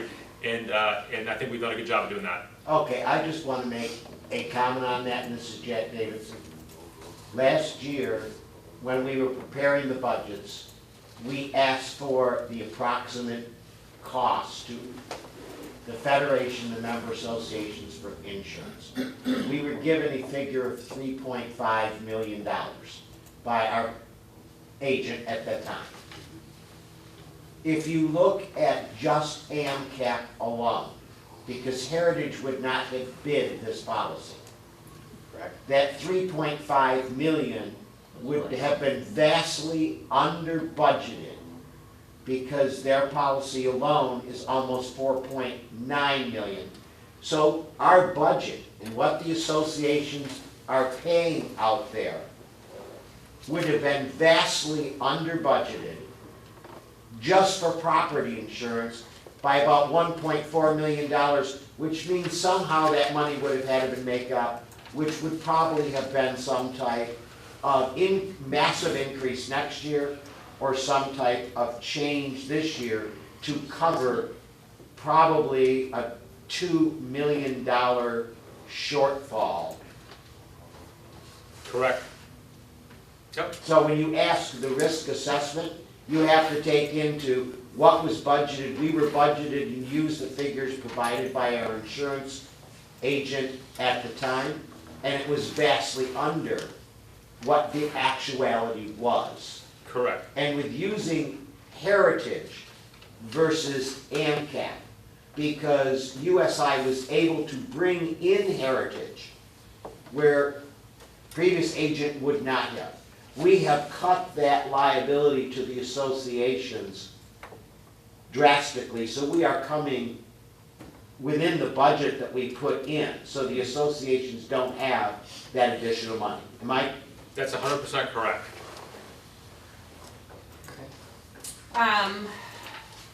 So does that, I guess that kind of answers, did the Federation Board advise the associations of this potential increase in risk assessment so we could adjust our individual budgets accordingly? We had no idea that. There's no budget impact at all. We're actually coming in under budget. Hello. With what we're going to. Yes. Right. Has an association-specific analysis been done so we can see the impact to our individual associations? If so, could we please have this analysis so we can plan our individual budgets to accommodate these increased risks if necessary? Yeah. For example, can every association afford to pay the 5% hurricane deductible for their associations in the event of a major event? It's an association. I'm not aware of any assessment like that ever being done. Well, we're not, as a federation, we're not really allowed to go into the associations. Association should probably do its own assessment. Yeah. We encourage them to know their associations and how their associations' finances are working, but that's not our version of oversight. Can we make a clarification? The Federation does not do and is not involved in the preparation of an association's budget. It is, we cannot interfere in it. That is done through the company which they are under bulk contract for, which is First Service. First Service takes the figures from contracts, from the Federation budget, from the master, and they calculate their budgets. Every association approves their own budgets. The Federation has no input into those budgets except providing to Rick Dowswell or to First Service the actual dollar amounts for all the different services we contract for. I think it's fair. That's a fair assessment. Did the Federation Board consider an increase to the insurance deductible fund to help offset the increased risk assessment to the associations when they were planning these insurance changes? Actually, Alan, I could answer that one. I think actually the. Speak a little loud. Speak a little louder, please. Okay, you referred to the insurance deductible fund. The insurance deductible fund excludes the hurricane deductible. So that doesn't apply. And all the other deductibles are actually lower, so it wouldn't affect, it would affect the insurance deductible positively, actually. So essentially what I'm hearing you say is there was no need to reassess it or change it, correct? For that fund, correct. Correct, thank you. Is it the intent of the Federation Board to move the insurance within Kings Point to self-insurance? No. Really? And legally, you can't do that anyways. 718.111 doesn't allow for self-insurance. And I don't think the next one is really a question. When listening to the presentation by our insurance agent yesterday, it sounded like they believe they are the insurance agent for the Federation and not the individual 113 association members. Would you However, like to address that? Yeah, I think I addressed that. Yeah, we totally get that. We are, just to make it clear again, we represent all of the associations and they're welcome to contact us, just as the Federation is. Okay, we consider it as our association. Okay, next one, Liz Arbott. She is president of Grantham Association. She is questioning the active shooter policy. I guess the question, in as much as this insurance package is for the associations and paid for by the associations, why would this policy be removed from our coverage? And I really think it's been addressed. Yeah, I think we've addressed that. I think but we're good with happy that to- shooter She can discussion. continue with Sure. another question after we open the mic up. Sure. And I had one more question. David Wetmore texted this to me this morning at 9:55. How much more would a 1% deductible cost for Heritage? Heritage is not willing to offer a 1% deductible. Yeah. Okay, that was all the questions that were sent in to Mabel, and now we can open it up to questions Yeah, online. we're gonna try, well, this is Ryan Setzer, we're gonna try to do this. Everybody be patient in orderly fashion. We don't have the individual ability to open up individually. You can open up your own lines by pressing, give me a second, let me get the instructions. You press *6. That will unmute your line individually. If you have a question to ask, press *6, and then you should be able to ask your question to the room. Let's try that for a few minutes and see if it works, and if it does, we will continue. If not, we'll move on to another option. Anybody have a question that's listening currently?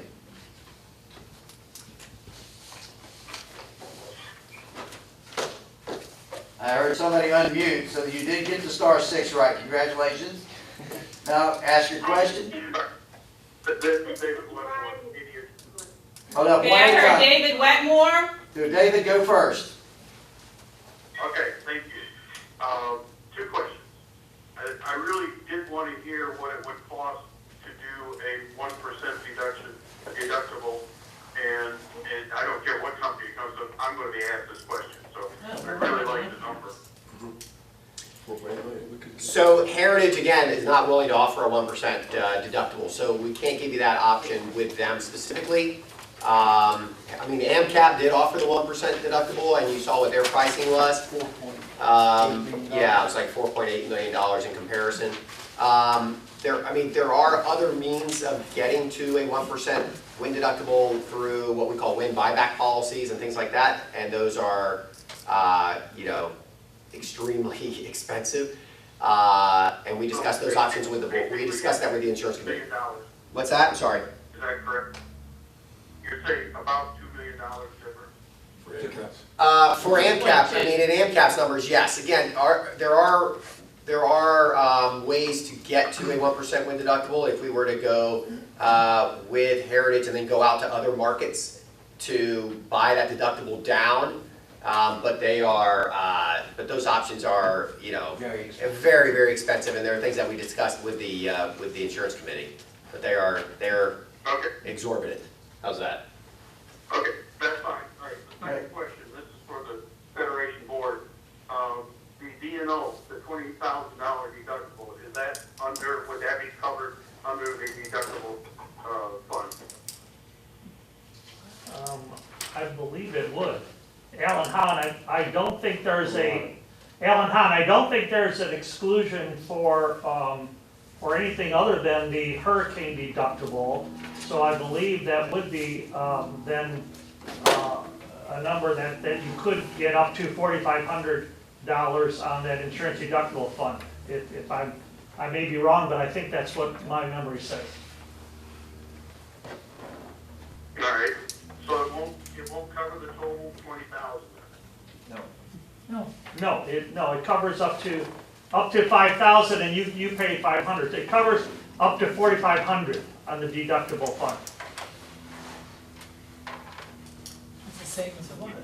Is that 20,000 for the entire community, or could that be an individual association that would have to pay the 20,000? Under the DNO, he's talking about the 20,000 That's per occurrence or per? Yeah. deductible premium on the It's a deductible. per occurrence, per claim. Per claim. Per claim, Dave. occurrence, per occurrence. David. Per claim, okay, so every association here on the hook for about 15,000, based on that. There's a lot. There's a Per law. claim. Right, and that's no change from what it was. And understand What I'm that, saying is, it breaks down to each association, so each association has a liability of about 15,000. as they did under the current policy, you are correct. This is not a change from the current policy. The current policy has a $20,000 deductible. It always has. It always has, and the future policy would have a 20,000. So there is no change to that particular deductible and what the Federation insurance fund would provide. There's no change. Okay. Yeah, here's a strategy, David. Sue the board in a class action. That way everybody's involved in one claim. Thank you. Are you ready for the next question? Yes. Yes, thank you. Hi, it's Vicki Ryan with Bedford A. I just want a point of clarification, because you used the term surplus and non-admitted. Are those two terms synonymous? No, they're two different things. So Finance lines and non-existent. No, so all carriers on your program are authorized to do business in Florida, obviously. But there's two different types of companies that are authorized to do business in Florida. One is what we call an admitted company, and that company would be like Heritage or AMCAP or Travelers or CNA. And those carriers are what we call admitted carriers. They're highly regulated by the Office of Insurance Regulation. When they want to increase rates, they have to file a petition with the OIR. When they want to decrease rates, they have to file a petition with the OIR. When they want to change policy forms. So again, those are highly regulated companies, and they are protected by what we call the Florida Insurance Guarantee Act, which we talked about on the property side. Surplus lines carriers are financially, most of the time, very sound carriers, all A-rated typically, but they're companies like Lloyd's of London, Lexington, Scottsdale, and those companies are good companies, but they don't have to, they want a premium increase or a decrease, they don't have to, they can do that renewal, they don't have to petition the OIR. If they want to change coverage or increase coverage, they can do that, so they're much more freewheeling to do business that way. And they're not subject to the Florida. And they're not protected by the Florida Insurance Guarantee Act. The And question and was, yes, your question, those two terms are synonymous. Yeah, but to answer that, yes, typically surplus lines and not admitted are most often synonymous, yes.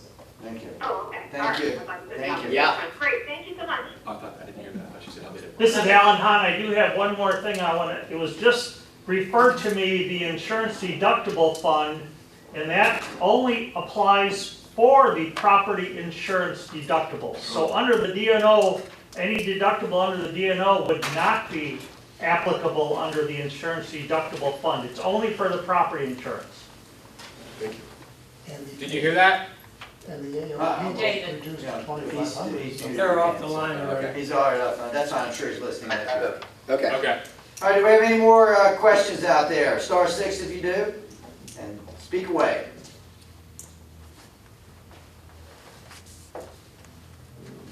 Sounds like, Hello. go ahead.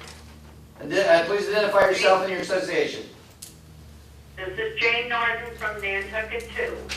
I would just like to read a statement as I was on the contract team for the committee of the whole.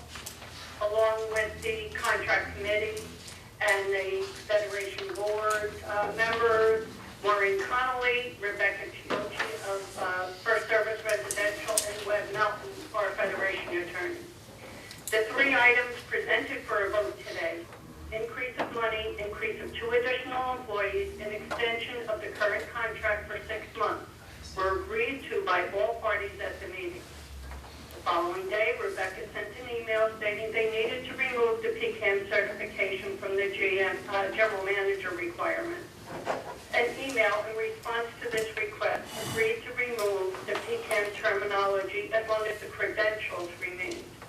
In the next few months, this team will continue to work towards a new contract that meets the needs of our community. This will be presented to the board and membership for approval before September 30th, 2020.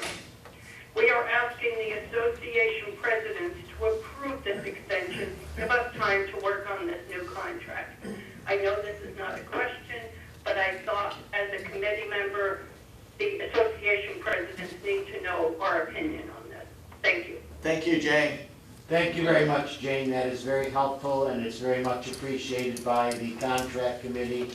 And I can probably speak for First Service, also appreciated by them. So, thank you very much. All right, any more questions out there?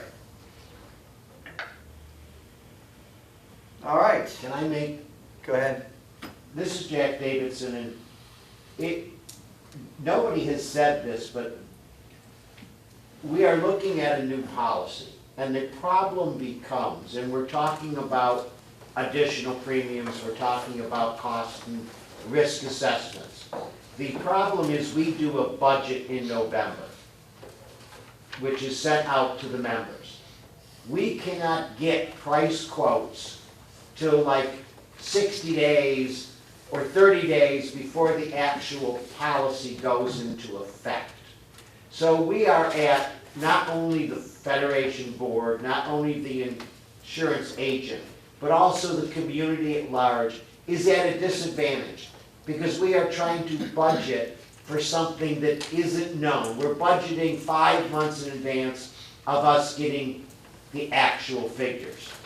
If we would have taken last year's assessment, and we were informed continuously by the previous agent, if the market is tightening, it's going to increase. We expect to see an increase. No one expected, and I doubt that that agent expected, an increase going from 2.6 to 4.8. We would have been vastly underfunded in paying that money. And this is a situation I think the presidents need to know, is we try to budget in November for something that's going to happen in March when we get price quotes. And that is a very difficult situation to live on.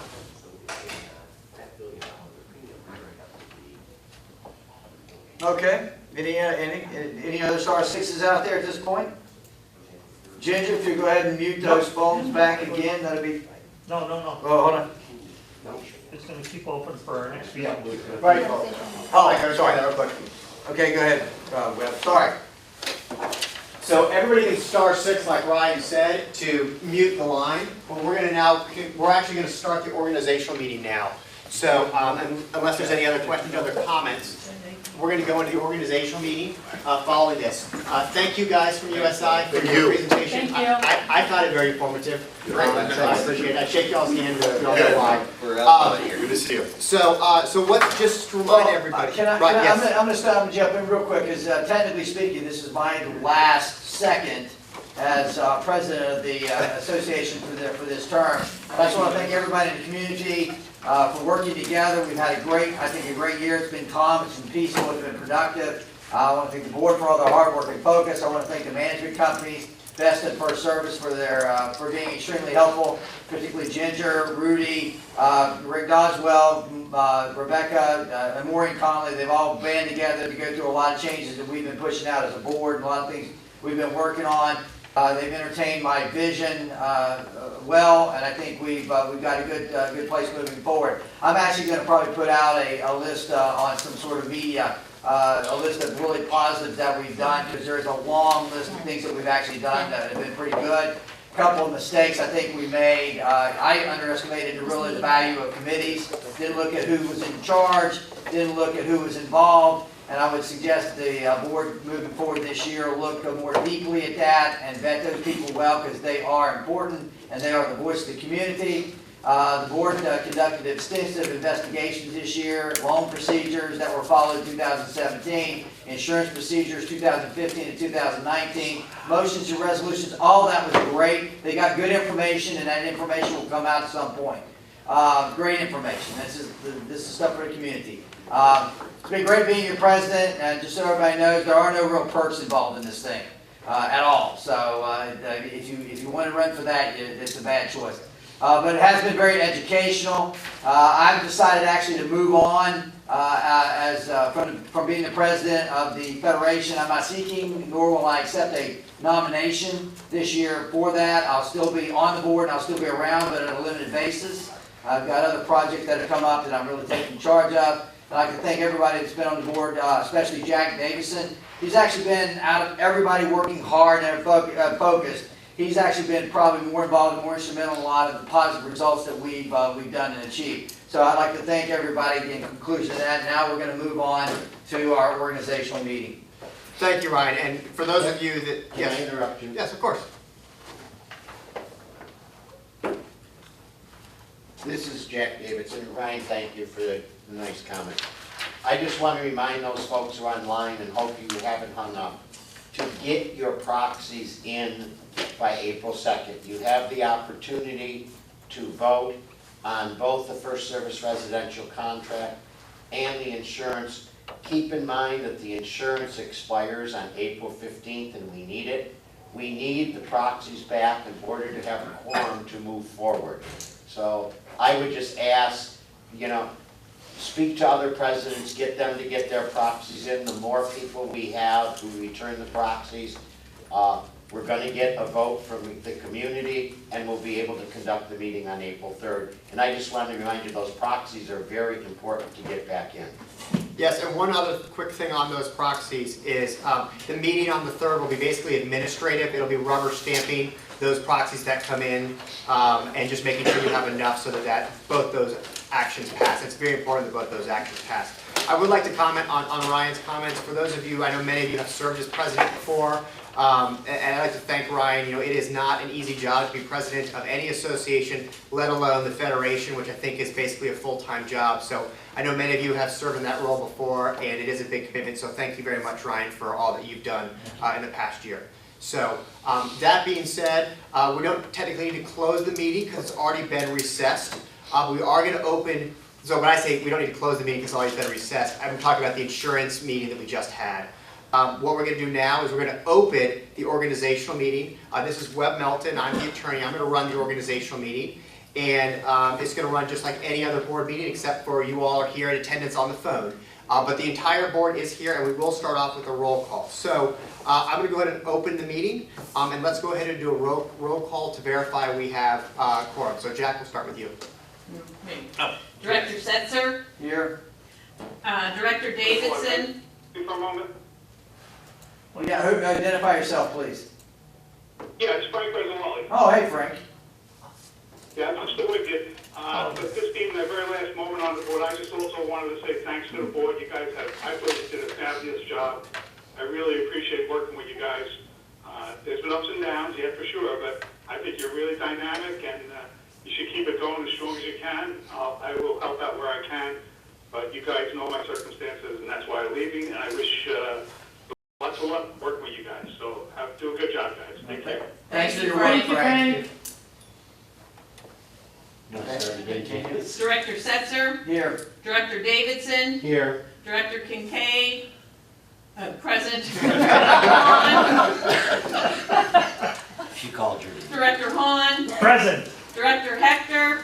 Present. Director Massame? As always. Director McGraw? Present. Director Robb? Present. And Director Ricketts? Present. Okay, we have everyone present, total of 9.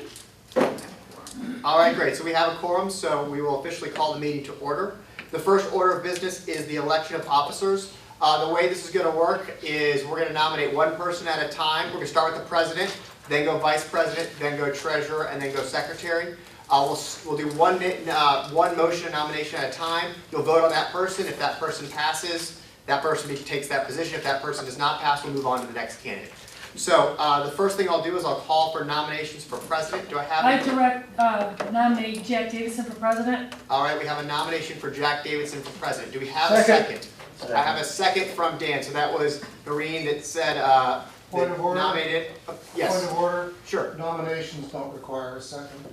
That is correct, but that way we can make sure everybody's in favor. So, that being said, I've got nominations for Jack Davidson on the floor. I will now turn that over to a vote. All in favor of Jack Davidson serving as president, say aye. Aye. Opposed? All right, Jack Davidson is elected unanimously as president. Condolences, Jack. I've heard that before. Yeah. I've felt that before. Yeah. All right. Yes, as any of the past presidents can tell you, it's, I think Ryan expressly stated, it's a thankless job, but it's a very important job. Next is vice president. I nominate Rick Massame for vice president. All right, I have a nomination for Rick Massame. Second. And we have a second. All in favor of Rick Massame? Can I make a comment before they vote, please? Sure. I'm Rick Massame. Yeah. I'd just like to say. It's a positive, Rick.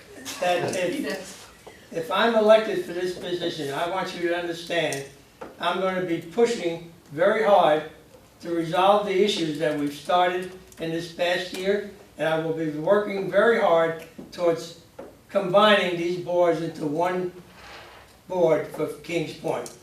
Now, based on that, you can vote. I'm just impressed you remembered who you were. I'm here. Okay, very good. All right, all in favor of Rick, say aye. Aye. Opposed? All right, the motion passes unanimously. Next is treasurer. Do I have a nomination? Janice. For treasurer? Oh, I'm sorry, I thought you got Janice the Alan. I have a You guys don't want to nomination for Janice switch and a it. refusal from Janice. Do I have any other nominations? Wait, is this for treasurer or secretary? For treasurer. Treasurer, nominate. Alan. Alan Hahn. Okay, Alan Hahn. I've got a nomination from Alan. All in favor of Alan for treasurer, say aye. Aye. Opposed? All right, Alan is elected unanimously. Last but not least, secretary. Janice McGee. Janice. We've got a nomination for Janice. We'll give that one to Jack. All in favor of Janice as secretary, say aye. Aye. Opposed? All right, the motion passes. Janice is the secretary. Next is the approval of bank signatures. Who are the people that are going to be the bank signatures? Do you guys have that planned out, or do you want to nominate people? Yeah, it has always been the officers are the bank signatures, and then typically Bill Swinton, the treasurer, is the first person that analyzes and authorizes, and then the president also then approves the expenditures. So those are the two, and in their absence, the other officers would fill in. So we're authorizing all officers to be signers on the bank. Correct. Okay. Yes. Alan, as basically Rick is the only new officer, do you have to do the forms with the banks each year? Yes. Or Yes. Yes, all forms will have to be done, and I'll get that all taken Okay. care of, and we'll all sign it, and all of the three, Rick is the only new one, so Rick is gonna have to be the one to hand deliver these forms to the bank, because they're gonna wanna see your driver's license and identify you and all. So I'll take care of all that, and Okay. we'll do it. Which bank? Actually, there are two of them. there's two of them. BMO Harris, you'll have to drive to Apollo Beach or the BMO Harris, and also first, the one in town, First United? no, First Trusco, First- Trusco. They're right here. Yes. Yeah, that's what we're right in town. All right, so I have a motion to make all officers signers on the bank account. Can I get a second? Second. Okay, all in favor say aye. Aye. Opposed? All right, the motion passes unanimously. The third order of business is establishing the Federation's registered agent and legal counsel. I move we appoint Webb Melton. Make a motion. Yeah, can I get a motion? And it's going to be Webb Melton and Bush Ross LLC Services. Yes, that's, I so moved. All right. Second. Second, okay, all in favor? Aye. Opposed? All right, thank you. Passes unanimously. And then next we need approval of media relations for approval of public relations contact for media sources. Do I have a nomination for that contact holder? I nominate the president to serve as that function. Okay, we said, you mean just the president or the president and? Just the president, all right. We have a nomination for the president, Jack Davidson. Second? Second. Okay, Ryan seconded. All in favor, say aye. Aye. Opposed? All right, passes unanimously. Nobody else wants it. Too late. Hear me say it. Yeah, I heard you say it. It was too late now for the credit unanimous. All right, approval of the date and time of the April board meeting. I don't know how you guys want to handle that with everything going on right now, but I'll open that up for discussion. I would suggest that we do it either on a Wednesday or a Friday, as next Friday, which we normally hold our board meetings on the first Friday of the month, but we either delay it to the following Wednesday or the following Friday. So the following Friday would be the 10th, the following Wednesday would be, what, the 8th? Mhm. So I would suggest either the 8th or the 10th. If we do it the 8th, we would conflict most likely with the master meeting, so I would therefore suggest we move it to the 10th. I agree. I agree. That's Good Friday, FYI, just. Uh-oh, that won't work. Yeah, but Why? nobody's going to Nobody's church. gonna go Oh, that's there. true. There's no church or anything. And Jack, I assume that meeting will be virtual, or people will be able to call in It similar would to have to SPD. be virtual if the criteria is still in place, so yes. Just so everybody can start planning for that. All right, very good. So we're going to move that meeting. 9:30, right? Does anybody have an objection? I mean, it is Good Friday, but services won't be being held, so And besides, it's in the morning, correct? Right, 9:30, right? 9:30. 9:30. So, Sounds good. All right, That's I don't think we need a motion for that. We can just announce that the more meeting's gonna be at April 10th at 9:30.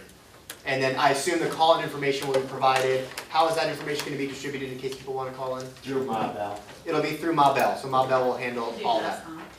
I'm sorry? We'll do mass communication. Okay, there'll be a mass communication on any details regarding how that meeting's gonna be conducted procedurally. All right, is there any other business that we need to address at the Question. organization? Yes, Rick? Do we need something to acknowledge the new board member? So what'll happen is, yes, there'll be a filing with the Secretary of State. First Service will take care of that, and then they'll have me sign some documents. That'll all get taken care of by First Service. No, I think what he's Welcome on saying, board. thank you. what he's saying is Mr. Rob is the newest board member. Correct, we do have a new board member, so, Technically, it was under Yes. the recognition of elections. correct. So welcome, Mr. Rob, Thank you. to the game. Glad to be here, thank you. Do you want to give a speech of any kind? You don't have to, I'm just joking, by the way. You can if you like. Yeah, but you can if you like. I'm rarely at a loss for words. I appreciate your all's commitment to the community of Kings Point, and I look forward to working with you. All right, thank you very much. Anything else that we need to discuss before we adjourn? Yes. Yes, Jack? We still, and I'm asking you a question. We still need to provide 10 days notice for the 10th board meeting, correct? I have to look that up off the top of my head. Is that the 10th board meeting, is that a board meeting or a members meeting? It's a board meeting. I know it's a 10 days on a members meeting because we looked that up for this issue. I don't know what it is for a board meeting because it's specific to your It's 10 documents. days, my bad. Okay. So we still would need 2 to days for a special. send out the agenda and Yeah. everything. If Yeah. it's special, it's 3 days. So She said that's what that'll go out special through is mass communication. You guys have time for that. So we covered our agenda. I think we have. We got a motion to adjourn. adjourn. Please don't leave after we adjourn. We can get rid of the call. All right. Thank you all again. I'm sorry. We have a motion to adjourn. Do we have approval to adjourn? Do we have a Yes. second? Yes. Yeah. All in favor? Aye. Opposed? All right, we are adjourned. And thank you all very much for your patience and understanding. This video will be available online and on the TV, so to the extent you want to see what happened, in addition to hearing it, you're welcome to watch. Thank you all very much. Thank you. Thank you. Brian?